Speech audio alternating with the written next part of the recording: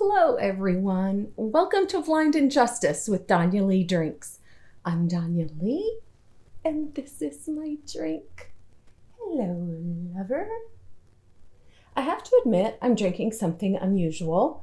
I'm normally a bourbon girl, and this happens to be rye, but I bought it because the label was called Stolen Kisses, Stolen X's, and I couldn't resist the name, so I had to buy it. And I'm going to tell you, that with just a little bit of water in it, and it's good enough to drink straight up. I really like it. It's nice. It's a little sweet, not too sweet. Anyway, Stolen Kisses, highly recommend.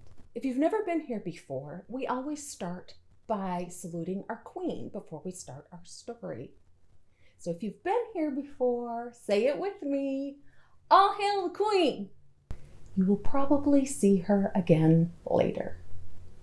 If you are new here, welcome. My name is Danya, and I'm a registered nurse. I'm also a certified legal nurse consultant, which gives me a foot in both the medical and legal worlds, which I really love. One of my passions is the Innocence Project and the work that they do. If you're not familiar with the Innocence Project, I suggest you go back to my first video. It tells you about who they're all about, what they do, and why I'm so passionate about it. And we'll also give you some statistics about your justice system that will keep you up at night. On this channel, we talk about the wrongfully imprisoned who were exonerated by DNA evidence. Some of our cases take place where the exoneree was in prison when they were exonerated. Other cases, they're exonerated posthumously, which means they were only found innocent after they were unjustly executed. We'll also talk about some current cases and how you can help. So grab whatever you're drinking and let's get started. Before we get started on today's story, something beyond tragic happened a couple of weeks ago, and we need to talk about it. 53-year-old Leonard Allen Cure spent 16 years in prison for burglary in Florida, which he did not commit. He was exonerated in 2019. Last August, 4 years after his exoneration, Governor DeSantis awarded him $800,000 in compensation, and that was just a few months ago. 2 weeks ago, he was visiting his mother in Georgia. On his way home, he got pulled over, supposedly for speeding. Now, I don't know about you, but if I just spent 16 years in prison for something I didn't do, speeding is going to be the last thing I do. So I'm going to say supposedly for speeding. So he gets pulled over. The officer orders him out of the car and he cooperates. He gets out of his car. The officer then tells him to put his hands behind his back because he is being arrested. Arrested for speeding? Come on. This, of course, triggers Cure in an understandable way. He had just spent 16 years in prison for a crime he didn't commit. And now he's being arrested and taken to jail.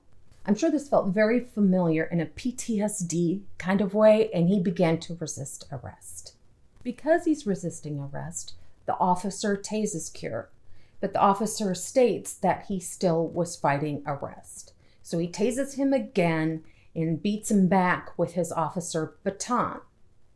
But he still claims that Cure was fighting him, resisting arrest, and even went so far as to say that Cure assaulted him. So he claimed he did not have any choice but to pull out his pistol and shoot him dead. A man who spent 16 years in prison for something he didn't do, had been exonerated for only 4 precious years, had just gotten his compensation, and he was now shot dead by an officer for resisting arrest over speeding. There is dash cam footage, thank goodness, and the case is currently under investigation. For those of you who don't think white privilege is a thing, tell me how scared you are when you get pulled over, unless you've got a dead body in your trunk. If you're anything like me, when I get pulled over, I'm like, shit, I bet I was speeding. And my next thought is, I wonder how much this is going to cost me.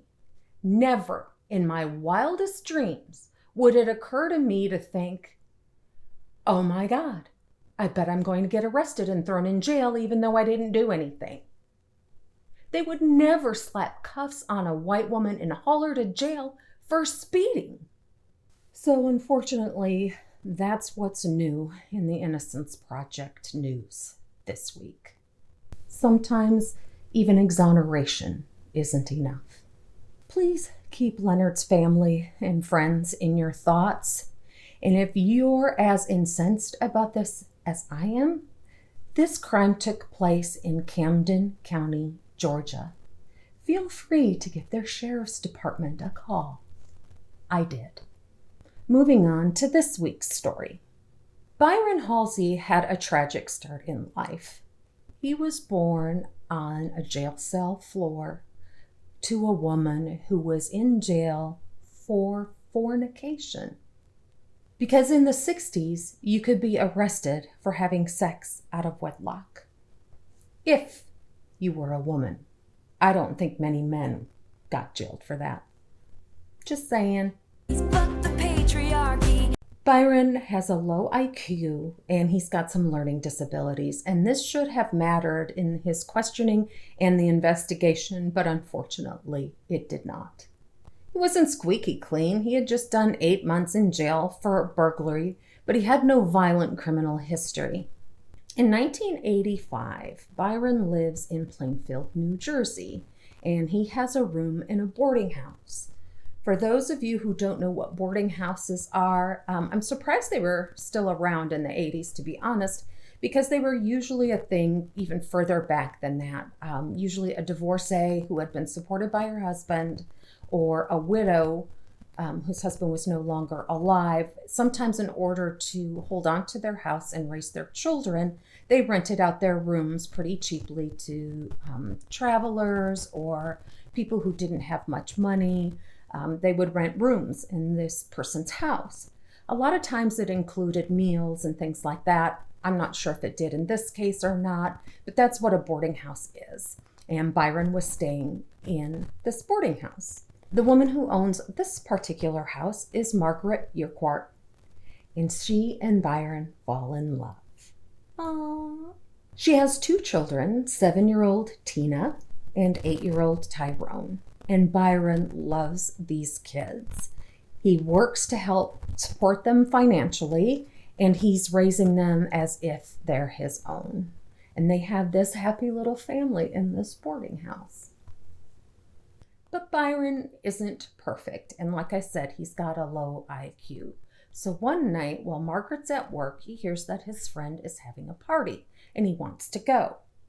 But Byron doesn't drive because he can't read. So he asks his neighbor, Clifton Hall, who is also like not their landlord, but he does like repairs and things around the house when they need it. And he lives next door. Like I said, his name is Clifton Hall.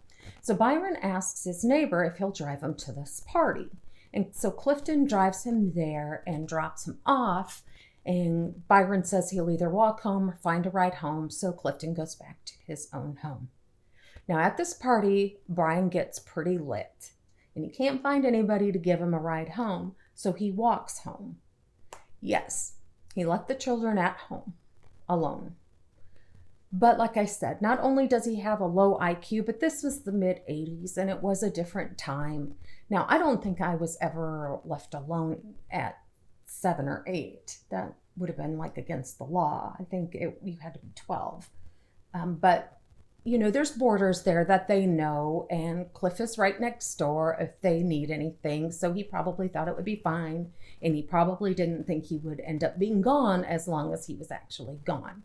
So he gets home, and he can't find the kids anywhere, and that sobers him up like this. He is scared. He calls Margaret at work.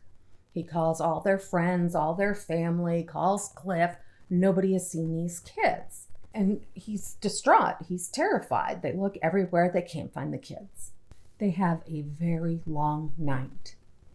By morning, Byron is nursing one hell of a hangover, and they have still not found the children. Now, there was some flooding or leaking going on in the basement, and so the neighbor Clifton Hall was coming over to do some repair work, and he went down into the basement to do this repair work, and he found Tina and Tyrone. Now, I'm not sure if Margaret and Byron didn't look in the basement the night before, or if they looked down there and they just missed them somehow. But anyway, the two children are in the basement. And I need you to hold on to your seats for this next part. This is really brutal. So either hang on or feel free to fast forward, because this could be triggering. So I'm just warning you up front. 8-year-old Tyrone's face has been slashed with scissors, and he has had 7 nails pounded into his head by a nearby brick. 7-year-old Tina has had her underwear stuffed in her mouth and has had her head bashed in by said brick.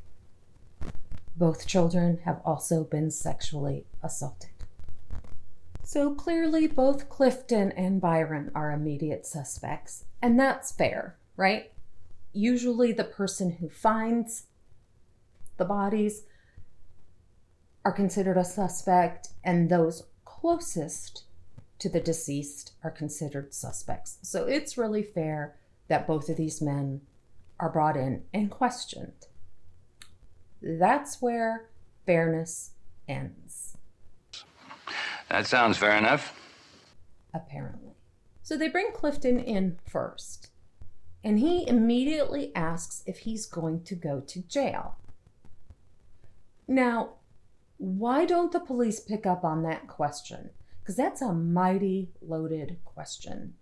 If you didn't have anything to do with it, why would you assume that you're going to jail?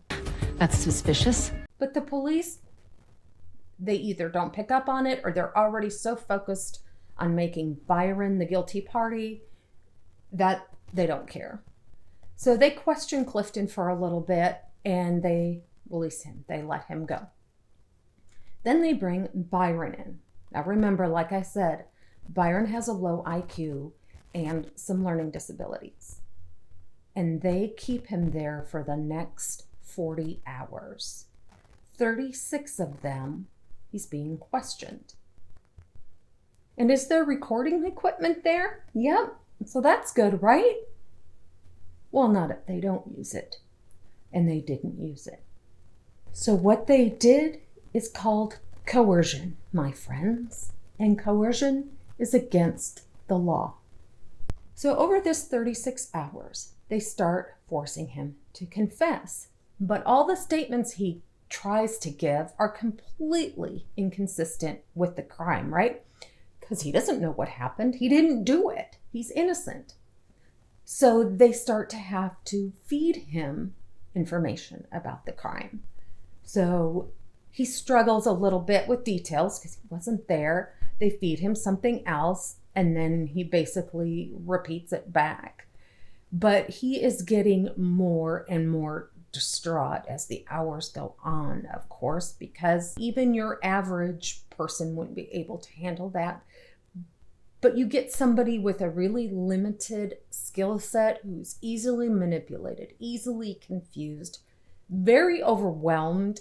His 2 children, that are his children to him, have just been murdered in the most horrific way. And he's trying to take all this in while he's being fed information, making him the guilty party. So at some point, he kind of goes catatonic. Later, an officer would testify to that too, that he just kind of went blank and started speaking gibberish. I think he just finally had a nervous breakdown. He couldn't take it anymore. So, because to the police that was probably pretty uncooperative, they just write out the statement for him and get him to sign it. They tell him if he signs the statement that he can't read because he can't read, that the questioning and the interrogation will stop. All he has to do is sign his name to this piece of paper. And he would later testify that one of the reasons he signed it is that the questioning and interrogation were getting very aggressive, and he was starting to be afraid for his physical safety as well as the fact that he was just mentally breaking down. So he signs the piece of paper. Byron is now screwed. And of course, the statement that they put in front of him to sign does not at all reflect his initial inconsistencies. So he's really screwed. It just looks like he gave this bold confession about what he had done. Confessions are so hard to disprove, and false confessions are really hard to understand. All of us would like to say that we would never confess to something we didn't do. But the truth is, it happens in 25% of wrongful convictions. That's a lot. From his signed statement forward, Byron would insist on his actual innocence. But of course, the confession's out there, nobody listens. He's charged with 2 counts of sexual assault, 2 counts of murder, and goes to trial in March of 1988. The prosecution, of course, is seeking the death penalty. Now, during the trial, his inconsistencies come to light. So the prosecution just covers that by saying he did that on purpose to make himself look innocent. Now, if you've got a below average IQ in learning disabilities, you are not going to be able to think that forward in order to cover yourself in that way. Hey, if I make all these inconsistent statements, they'll think I can't be guilty. That would never occur to Byron, but that's what the prosecution says that he did. He has an alibi. People saw him at that party, and also from all those phone calls he made. So he's got an alibi as well, but that doesn't seem to matter, of course. And his neighbor, Mr. Clifton Hall, he would end up testifying for the prosecution. Even though he dropped Byron off and he went home, he knows Byron wasn't there when the children were murdered. He testifies for the prosecution. Want to guess why? Yeah, I bet you've already figured that out. They also have Byron take a polygraph exam, and that was entered in court. They told Byron he failed. They testified that he failed. But it would come out later, after the Innocence Project was hired, that he actually passed that polygraph examination with the highest score you can possibly get. Now, I don't understand why it was even admissible at his trial, because by 1988, we knew that polygraph results weren't reliable and they weren't really allowed in court anymore. So I'm not sure why they were in this instance. And it didn't really matter because they lied about the results anyway. False evidence appearing real? The jury deliberates for 5 days. One holdout juror saves Byron's life. Because in order to be found guilty of murder 1, you have to prove premeditation.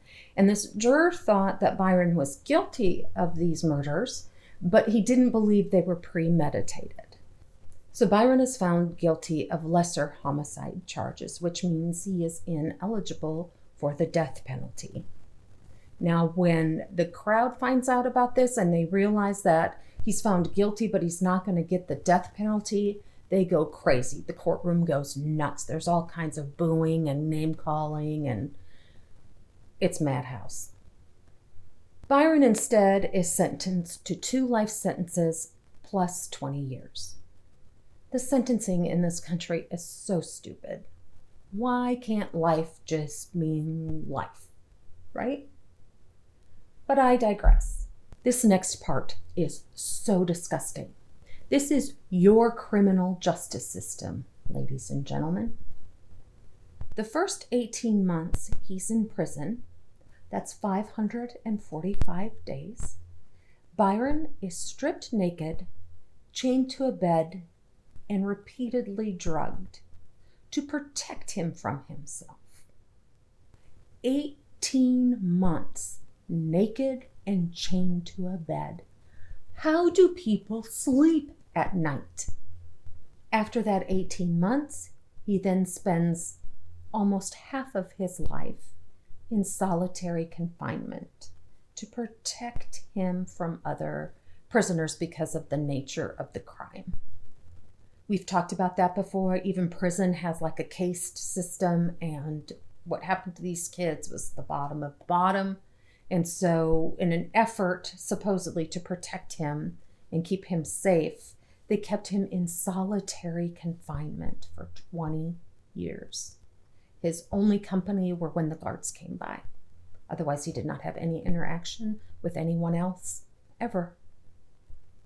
He said if it wasn't for constantly trying to prove his innocence and get out of prison, he would have absolutely lost his mind in solitary for that long. I believe I would have as well. I don't want to be alone with this for 20 years. No, thank you. It's like just about everybody else we've covered, Byron's appeals are denied.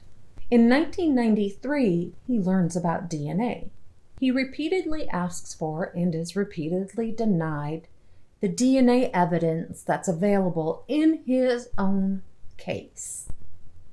And this is what they say about that. Quote, "It would be a frivolous waste of time because even DNA in his favor would not make a difference in this case." We're going to cover this subject later because I have a lot to say. Finally, in July of 2002, New Jersey passes a law allowing for post-conviction DNA. July of 2002. We have known about DNA since 1992, but it would take another 10 years before we allowed convicts to have access to their own DNA in their own case? How generous of us. By now, he has written to the Innocence Project and they are already on board. But even with them on board, it would take another 4 years to get permission to get that DNA tested. The DNA in this case included cigarette butts and semen swabs. In 2006, the DNA evidence is finally tested.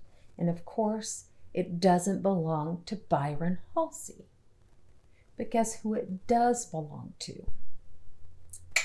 Guessed it, the neighbor, Clifton Hall. Him. Do you know why they can match it to Clifton Hall? Because since Byron has been doing time for his crime, Clifton has been out committing other crimes. Just like in another case we know, right? The Kirk Bloodsworth case. He was actually in prison with the guy who committed the crime that he was in prison for. So yeah, Clifton has gone on to commit other crimes. And so his DNA is in the database and he is currently serving prison. And we're going to talk about that in a minute. But yeah, so Byron's out, Clifton is in. Orchid Cellmark Lab is the lab who did the DNA testing on this. And when they heard about this case, they were so horrified that they did a lot of this lab work for free. So this friend and neighbor of Byron's pounded nails into his child's head. And before he could be prosecuted for this crime, he would die in prison of kidney failure. And you know what? That just doesn't feel like justice to me. By the time Byron is exonerated, he had spent 19 years in solitary confinement, almost half of his life. He decides to go after the cops that coerced him and basically framed him. And in 2013, a federal judge dismisses the case, saying there is not enough evidence of misconduct. Are you kidding me right now? No, my friends, I'm not.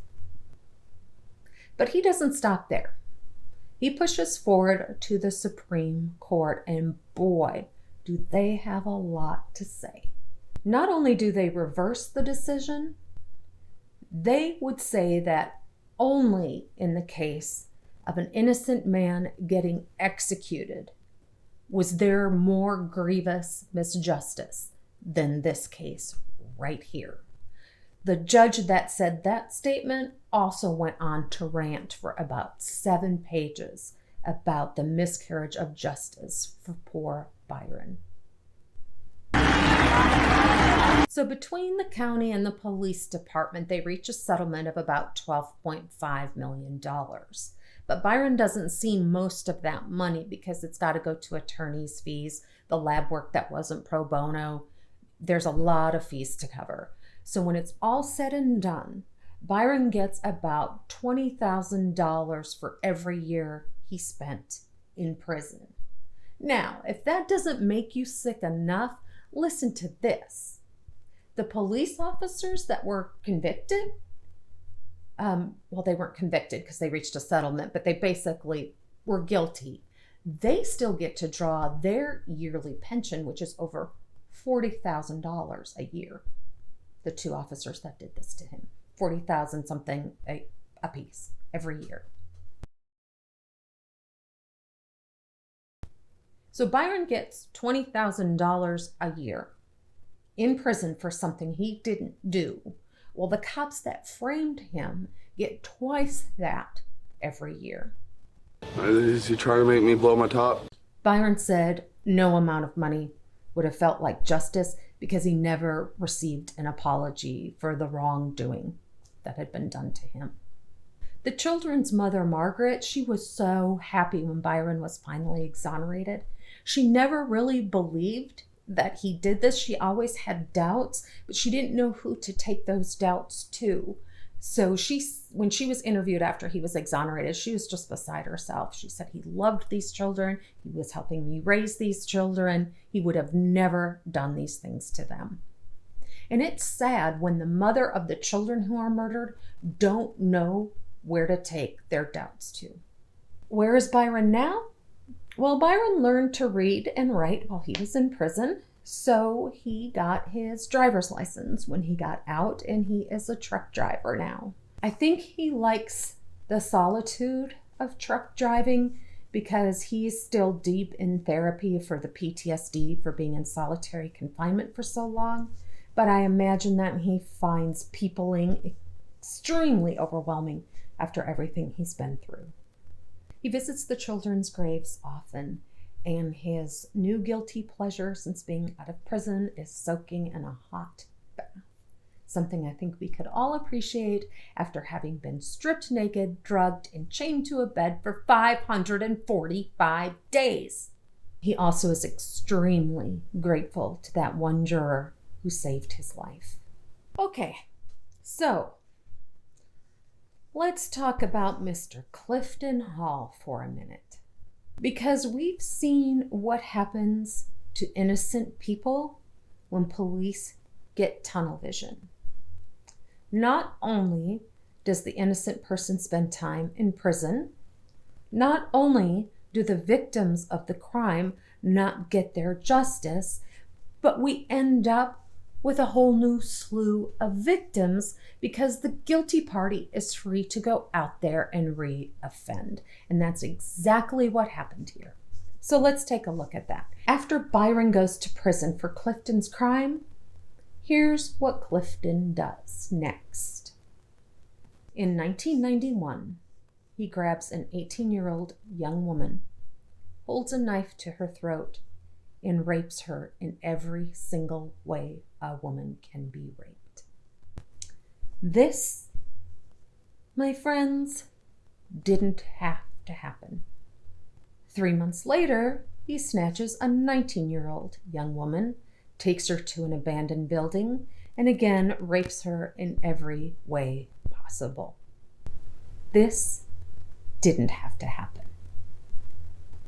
Several months after that, he tries to abduct a 26-year-old at a train station, but she fights like hell, and this is eventually where he gets caught.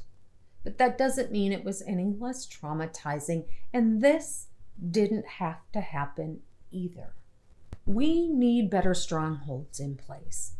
If not at the state level, then at the federal level, because we've seen the states just dig their heels in time and time again, covering up for their counties, covering up for their cops, because they don't want to look like dumbasses. And that's not an acceptable reason to send somebody to prison who's innocent.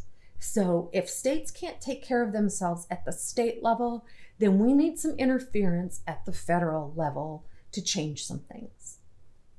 Now, the Constitution was set up in a way to limit the interference at a federal level, and I get that. I understand that. In most cases, I even support that. I don't want the federal government in all my Kool-Aid all the time. I don't want to live in a dictatorship. So I understand that, and I support it to a degree.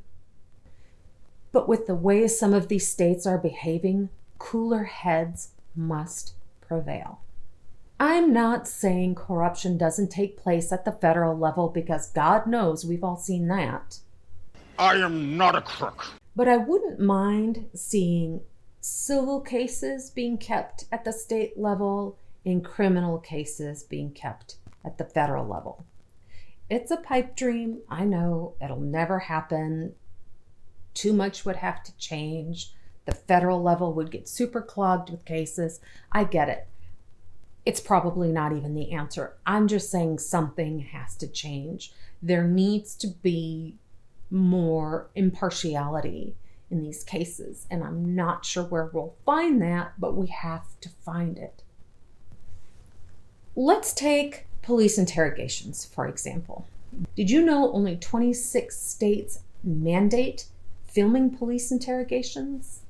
26. Why can't this be mandatory for all states from a federal level?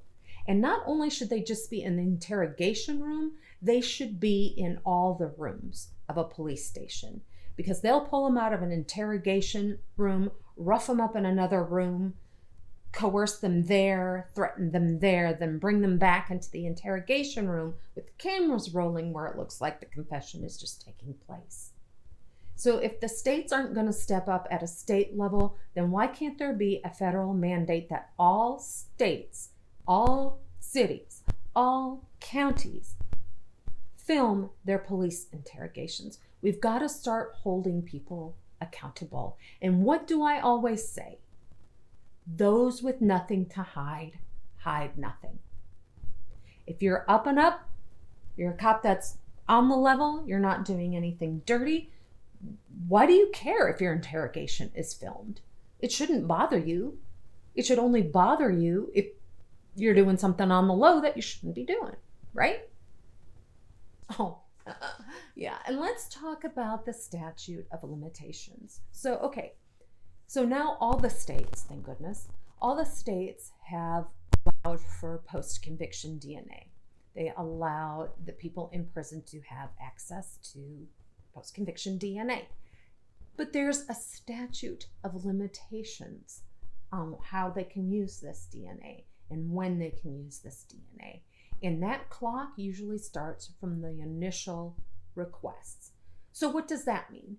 That means I'm in prison for something I didn't do. I have access to post-conviction DNA. I request that post-conviction DNA. The clock starts. In Texas, let's say, that statute of limitations is 2 damn years. So what's going to happen? The state, the prosecution, the county, they are going to tie up my request in red tape, bureaucracy for 2 years, and then bam, say, oh, I'm sorry, your statute of limitations has expired. You can no longer have access to your DNA. That's how that works, folks. That needs to change. If there's going to be a statute of limitations, it should be started after all that bullshit is over. All the denials, all the appeals, all the requests and denials and appeals ad nauseum. Once that's over and it has been decided in my favor, that's when my clock should start. But frankly, I don't think there should be a clock at all. Why is there a statute of limitations on justice? Why is there a statute of limitation on innocence? In Georgia, for example, 3 men lost to their statute of limitations. 2 have already been executed. 2 innocent men have been executed because the statute of limitations on their post-conviction DNA ran out. How can we continue to ignore this as a society? This is a willful indifference to the truth. Willful. You have prosecutors who aggressively oppose and courts who consistently deny. I don't understand this. Here's one for you. In 2017, Arkansas realized that their lethal injection drugs were getting ready to expire. So guess what they did? They executed 9 people in 11 days, foregoing their post-conviction DNA requests, foregoing their appeals, foregoing everything. They just killed 9 people in 11 days because their drugs were getting ready to expire. They simply refused all requests for DNA testing and executed 9 out of 11 inmates on death row. This is what I'm saying. If the states aren't going to get it together and act with integrity, somebody needs to step in. What kills me about this is that these rights are in our country's pledge, for fuck's sake. Liberty and justice for all. Innocent until proven guilty? I don't think so. That's all for this week, kids. Don't forget to go back and watch any episodes that you might have missed. Give me a thumbs up on the episodes that you like. Subscribe to my channel. All of this really helps my traffic, and of course, in the end, helps the Innocence Project, which is what it's all about, raising awareness for them. Also, if you'd like to do your part, I suggest you grab a kit from like 23andMe, and I know there's some others out there, where you could give them a sample of your DNA and they do a genetic profile for you. I did it just for fun because I wanted to see what it told me about me, and it told me a lot of things about myself that makes sense. It was kind of freaky, actually. And then once you have that DNA profile, there's a website called GEDmatch where you can upload your DNA profile to. Now, GEDmatch is an organization that uses DNA profiles to build genetic genealogy trees. So what that means is, if I upload my DNA and my second cousin twice removed commits a crime, they will run it against the GED database, that DNA against the GED database, and see there is a partial DNA connection. They find me because I'm that partial DNA connection, and they start questioning me about family, relatives, etc. And then we just go down the line until we get a match. That's all they use it for. Now, I don't want to be related to Norman Bates, but if I am, I certainly want him captured. And as always, I'm also a proud donor to the Innocence Project. I really encourage you to go on your website. I've left it down in the comments below, so you can go there, take a look around, see the kind of work they do. It's incredible, all the services that they provide to these clients to get them out of prison. But they do it strictly on donations, and every DNA test that they run is $8,000 alone, not to mention attorney's fees, court fees, all of that. So I really encourage you to go see what they do. And if you need a tax break this year, the year's not over yet, you can make a generous donation to the Innocence Project and have a tax write-off for next year. And clearly, you can tell by these cases that they can use all the help that they can get. So, until next time, be kind, don't be a Karen, and stay in your lane. Bye.